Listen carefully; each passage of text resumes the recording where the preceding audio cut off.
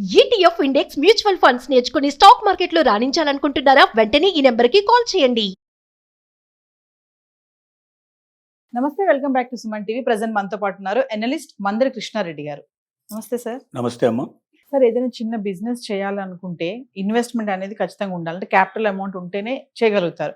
చాలా మంది ఏంటంటే అవి లేక వెనుకబడి చూస్తున్నాం. సో రీసెంట్గా మనకి ఆధార్ కార్డు ఉంటే మరో 90,000 వరకు అప్లై చేసుకోవచ్చు అని ఒక కేంద్రం ఒక గుడ్ న్యూస్ ఇచ్చింది. అంటే దానికి కావాల్సినటువంటి వివరాలు ఏంటి, ఎలా అప్లై చేయాలి, ఎంత వస్తుంది, మరి ఒకసారి పే చేసేయాలా, ఒకసారి ఇచ్చేస్తారా ఏంటి, ఇదంతా ఒకసారి వివరాలు. పిఎం స్వనిధి అనేటువంటి ఒక పథకం ఏతుందో ఈ దేశంలో ఇప్పటికీ అమలు చేయబడుతున్న పథకం. ముందుగా 5 ఏళ్లకి 2025 దాకా దీని అవకాశం ఇచ్చారు. కానీ ఇంకా డిమాండ్ విపరీతంగా ఉండడం వల్ల దీన్ని 2030 దాకా పొడిగించడం జరిగింది.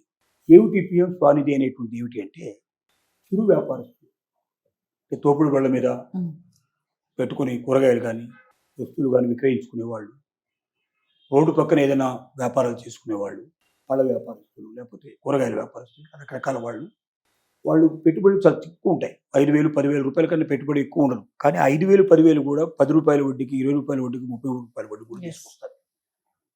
అంత భయంకరమైన వడ్డీ మార్కెట్లో నడుస్తుంది. అంటే వాళ్ళ అవసరాలని సొమ్ము చేసుకునే వాళ్ళు కూడా రెడీగా ఉంటారు. ఎందుకంటే వాళ్ళకి ఏమీ బంగారం కానీ ఇట్లాంటి తాకట్టు పెట్టడానికి అవకాశాలు ఉండవు. వాళ్ళని నమ్మి ఇవ్వాలి ఆ డబ్బులు.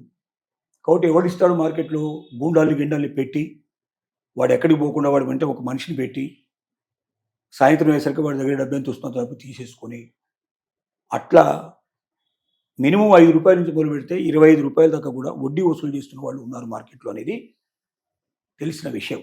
అంత డబ్బు పోగొట్టుకున్నప్పుడు వాళ్ళకి వీలేదే ఉండదు. ఇక అసలే పొట్టకుడు కోసం చేస్తున్నవాడు.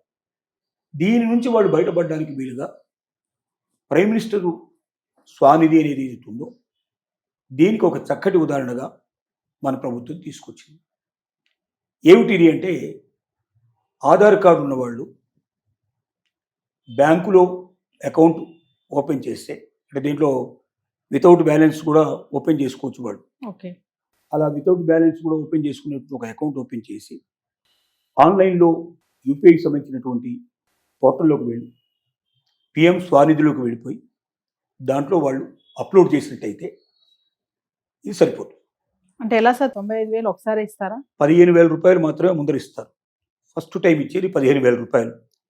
ఈ 15,000 రూపాయలు పర్ఫెక్ట్గా వాళ్ళు తిరిగి పే చేసినట్టయితే మళ్ళీ 25,000 రూపాయలకు వాళ్ళు అప్లై చేసుకో. ఈ 25,000 రూపాయలు కూడా వాళ్ళు పర్ఫెక్ట్గా మళ్ళీ తిరిగి కట్టేస్తే 50,000 రూపాయలకు అప్లై చేసుకోవచ్చు.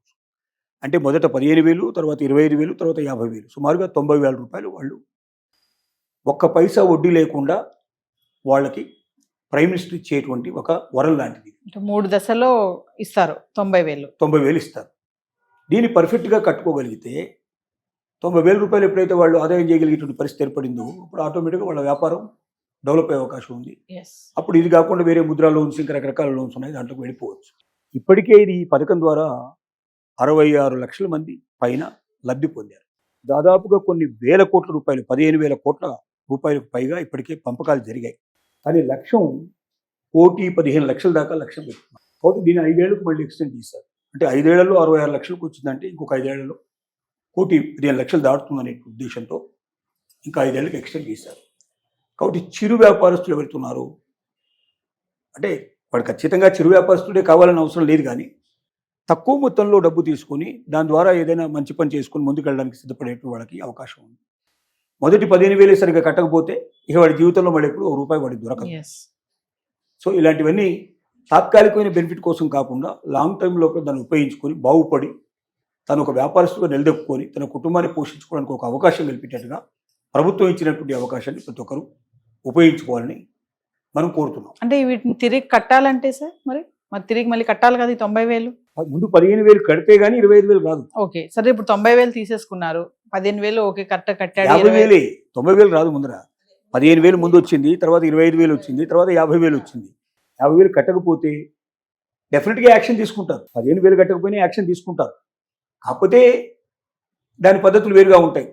అంటే కట్టే క్రమం అంటున్నాను సార్. ఎలా అంటే ఈఎంఐస్ ఇలాంటి ఏమైనా సదుపాయాలు ఉన్నాయా? అలా కట్టుకోవచ్చా? 3 మాసాలు టైం పెట్టారు దానికి. ఓకే. ఆ టైం లోపల వాళ్ళు పే చేసుకోవాలి. ఎందుకంటే అట్లా ఆ రకమైన పే చేసుకుంటూ పోతేనే సరిపోతుంది.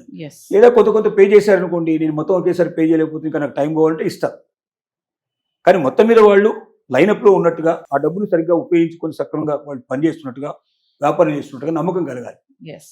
ఆ నమ్మకం కలిగిస్తే ఆటోమేటిక్గా ఈ పథకం 90,000 వరకు కూడా విస్తరించుకొని పోవడానికి ప్రతి ఒక్కరికి ఒక అవకాశం ఉంది. ఎస్, అంటే 3 దశలు అన్నారు కాబట్టి 15,000 ఫస్ట్ కట్టేస్తే 25,000 ఇస్తారు. 25,000 కూడా క్లియర్ చేసుకుంటే 50,000 ఇస్తారు. Yes, thank you.